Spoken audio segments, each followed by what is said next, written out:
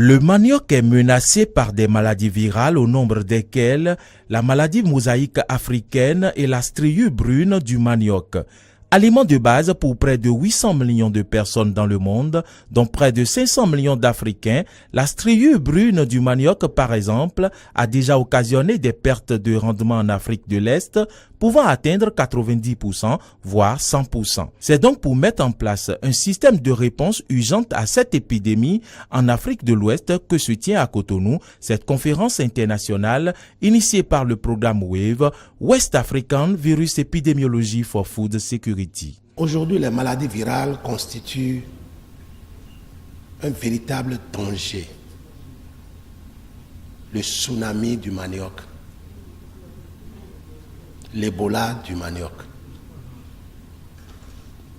Si on peut faire les comparaisons du genre, on comprend tout de suite pourquoi nous sommes là. Le ministre de l'Agriculture, de l'Élevage et de la Pêche précise. Ce qui a toujours manqué aux décideurs africains, c'est l'anticipation.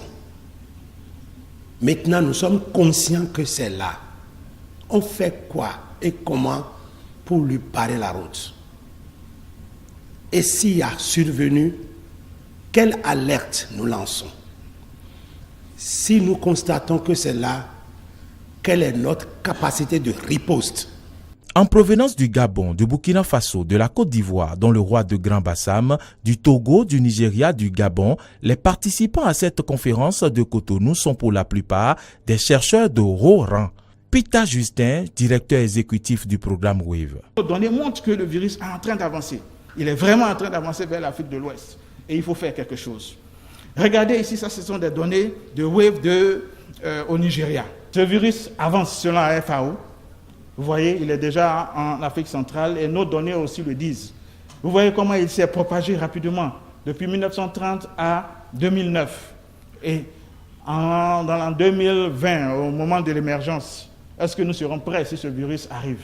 C'est là la question. C'est en présence de plusieurs ministres en charge de l'agriculture des pays membres du programme WAVE que le ministre Marie-Odile Atanasso a procédé au lancement de cette conférence internationale à Cotonou. Elle a rappelé dans son discours que les activités de surveillance et de modélisation menées essentiellement par des chercheurs africains dans nos pays devraient permettre de recadrer nos politiques et de prendre les mesures nécessaires pour anticiper les désastres à venir, comme la striure brune du manioc qui s'annonce à nos portes.